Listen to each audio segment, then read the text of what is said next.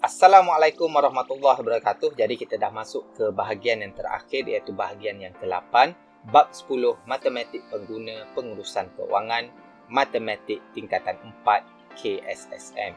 Jadi untuk bahagian yang ke-8 ini, kita nak fokuskan kepada kajian kes di bawah standard pembelajaran 10.1.2. Jadi kajian kes ini berada pada muka surat 286. Andaikan diri anda ialah perunding keuangan. Encik Wong selaku ketua keluarga yang mengamalkan aras pendapatan dan perbelanjaan bulanan seperti yang ditunjukkan di sebelah, telah datang berjumpa dengan anda untuk membina pelan keuangan. Jadi ini ialah pelan keuangan asal Encik Wong. Pendapatan dia, jumlah dia baki 6,250. Jumlah perbelanjaan tetap 2,900. Jumlah perbelanjaan tidak tetap 3,350 dan tak ada pendapatan lebihan. Encik Wong bekerja sebagai seorang pegawai pemasaran di sebuah syarikat, manakala isterinya seorang suri rumah tangga dan mempunyai 2 orang anak yang berumur 1 dan 2 tahun. Encik Wong ingin menyimpan wang untuk pendidikan anak-anak sebanyak RM150,000 dalam masa 15 tahun dari sekarang. Anda sebagai perunding keuangan membantu Encik Wong untuk membina pelan keuangan yang boleh mencapai matlamat keuangan Encik Wong. Jadi maksudnya dia nak simpan RM150,000 ini dalam masa 15 tahun. Jadi penyelesaian dia, simpanan tahunan dia, kita dibahagi ini sebanyak RM10,000 setahun. Dan simpanan bulanan yang perlu dibuat ialah sebanyak RM833.33 sebulan. Jadi tambahan simpanan yang diperlukan ialah sebanyak RM183.33 di mana dia dah simpan ini 650 sebelum ini. Jadi bakinya dia perlu tambah lagi RM183.33. Jadi bagaimana Encik Wong boleh mencapai matlamat keuangan jangka panjang tersebut? Jadi cadangannya, Encik Wong perlu menambah jumlah simpanan sebanyak RM183.33 setiap bulan. Jadi daripada itu kita boleh bagi cadangan di mana dia boleh mengurangkan perbelanjaan bagi tujuan melancong sebanyak 25% demi mencapai matlamat keuangan untuk menyimpan wang bagi tujuan pendidikan anak-anak. Okey, jadi perbelanjaan melancong asal dia RM500. Jadi kita kurangkan 25% iaitu sebanyak RM125. Jadi perbelanjaan baru melancong Encik Wong ialah sebanyak RM375 sahaja daripada RM500. Jadi dia dah dapat RM125. Jadi belum lagi RM183 ni belum cukup lagi. Jadi cadangan yang kedua pula, dia juga boleh mengurangkan belanja petrol sebanyak 100 dengan berkongsi kereta dengan rakan sekerja. Contohnya dia kongsilah carpool ataupun pergi naik pengangkutan awam.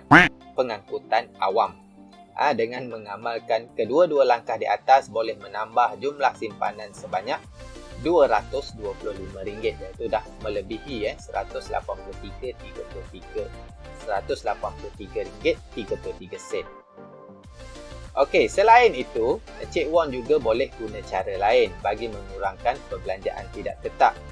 Selain itu, Encik Wong boleh menjana pendapatan tambahan dengan melakukan kerja-kerja sampingan yang lain. Dia juga boleh melabur dengan menggunakan jumlah wang yang dikumpulkan pada setiap tahun supaya memperoleh pendapatan pasif iaitu dividen dan faedah sebagai tambahan pada jumlah pendapatannya. Jadi berbagai caralah bergantung kepada kesesuaian Encik Wong itu. Jadi dengan cadangan ini dia boleh menyimpan sebanyak RM183.33 tambahan sebulan. Okey, jadi ini ialah pelan keuangan baru Encik Wong. Jadi kita tengok di sini dia dah kurangkan belanja melancong dan dia juga kurangkan petrol. Jadi pendapatan lebihan dia sebanyak RM225. Jadi kita tengok asalnya RM650 ditambah juga dengan RM225 iaitu RM875. Jadi simpanan tahunan dia ialah sebanyak RM10,500. Dah lebih dah RM10,000. Okey, 15 tahun terkumpul sebanyak RM157,500.